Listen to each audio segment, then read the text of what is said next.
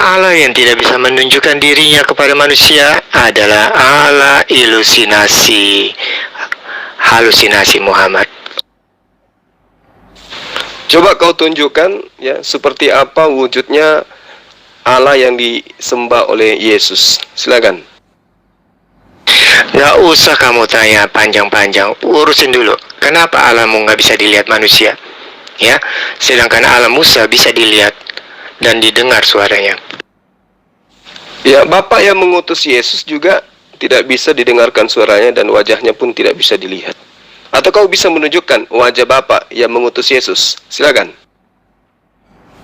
Manusia menjadi Tuhan itu yang mustahil, tapi Tuhan menjadi manusia itu gampang.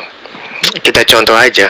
Dalam Quran Al-Qasas ayat 30, Allah yang dari dimensi lebih tinggi mengambil rupa dalam bentuk sebuah pohon dan bersuara kepada Musa, "Hai Musa, come here. Cuk, come here baby." Ya, tetapi Allahmu nehek alias walahu alam, entah dia ada di Arsy, entah dia di Ka'bah, pokoknya dia nggak bisa tunjukkan dirinya. Nah, itulah bukti bahwa kepalamu itu tidak ada isinya alias bocor halus.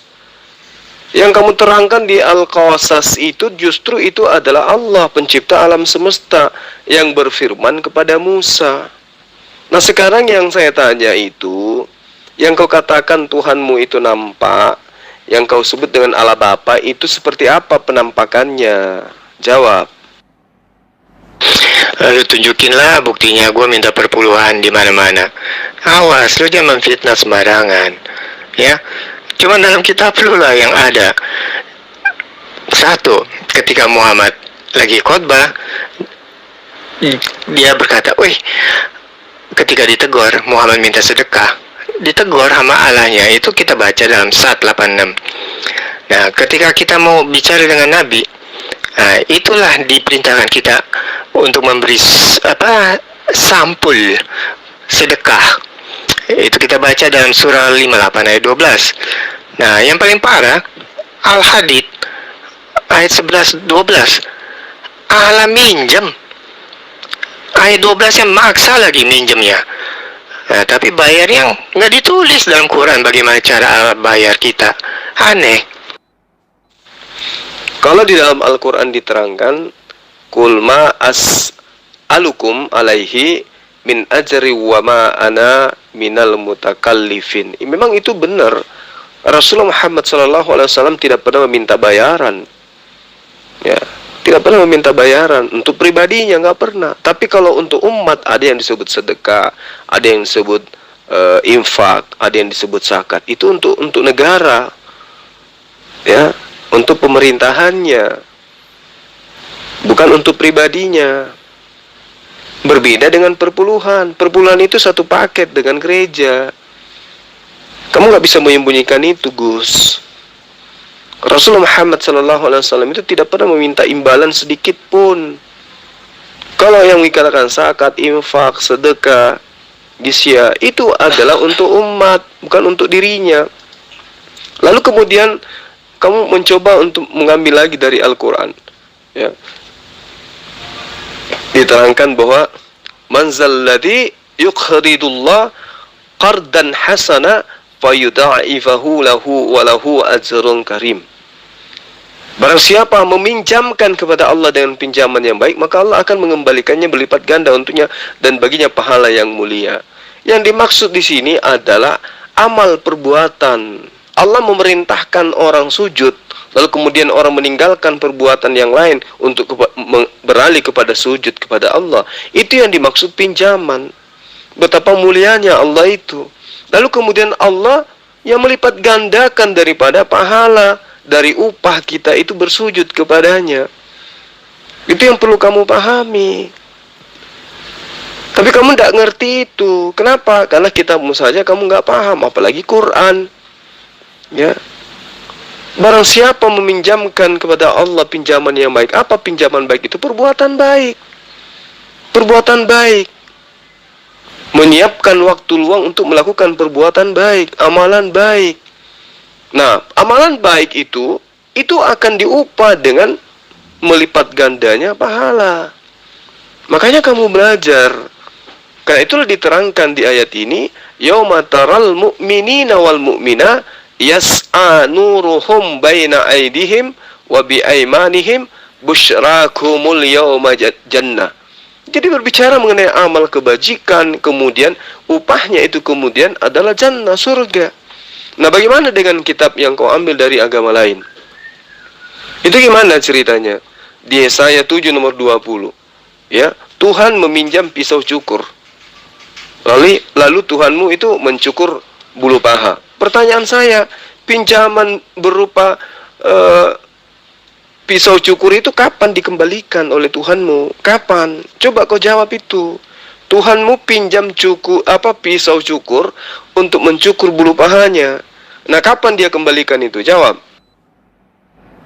Iya, itu Allahnya Musa, goblok.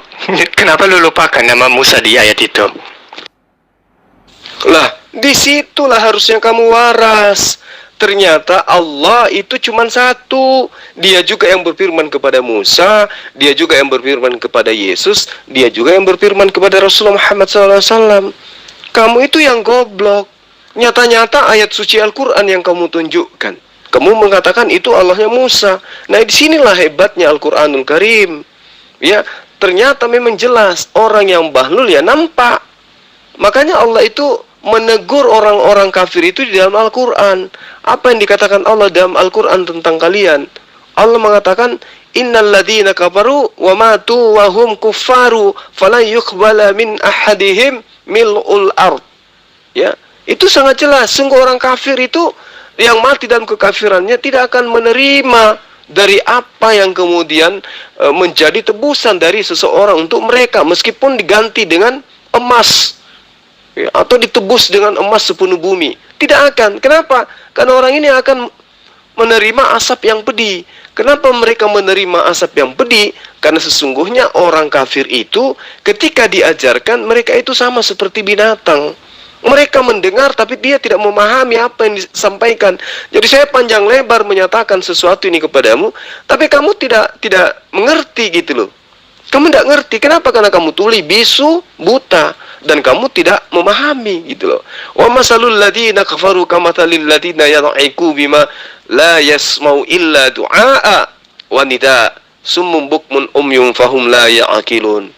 Ya, kamu tidak mengerti, kamu cuma mendengarkan suara saya, tapi kamu tidak mau memahami itu.